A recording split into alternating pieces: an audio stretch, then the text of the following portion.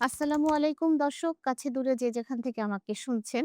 আজকের প্রসঙ্গ জরায়ুর মুখ ক্যান্সার প্রতিরোধ। আপনারা নিশ্চয়ই দেখেছেন, যেহেতু আমাদের দেশে জরায়ুর মুখ ক্যান্সার প্রতিরোধের ক্যাম্পেইনটি সরকারিভাবেও বেশ জোরালোভাবে করা হয়েছে। বিভিন্ন পেপার, পত্রিকায়, টিভিতেও নিশ্চয়ই আপনাদের নজরে পড়েছে।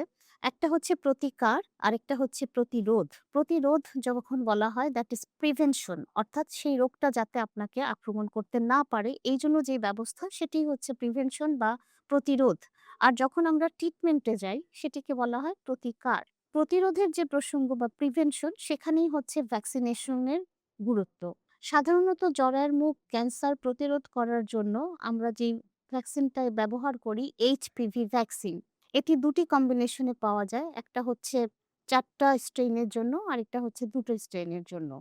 সাধারণত ৯ বছর বয়সী কিশোরীদের থেকে শুরু করে 45 ইয়ার্স বা ৪৫ বছর পর্যন্ত এই ভ্যাকসিনটি রেকমেন্ড করা হয়। যদি বিবাহিত মহিলা হন, সেক্ষেত্রে প্যাপস স্মিয়ার বা জরায়ুর মুখের লালা পরীক্ষা করে এই ভ্যাকসিনটি দিতে হবে। কিন্তু অবিবাহিত এবং কিশোরীদের ক্ষেত্রে এই পরীক্ষার প্রয়োজন নেই। ক্যান্সার হওয়ার পরে যে ভয়াবহ জার্নি, যে অবর্ণনীয় কষ্ট, বেদনা এবং আর্থিক ব্যয়বহুলতা, তার চাইতে আপনার জরায়ুর মুখ ক্যান্সার প্রিভেনশন এর জন্য ভ্যাকসিন দেয়াটা অনেক বেশি বুদ্ধিমানের কাজ। আপনি সচেতন হন এবং ভ্যাকসিন নিতে উৎসাহী হন। ধন্যবাদ।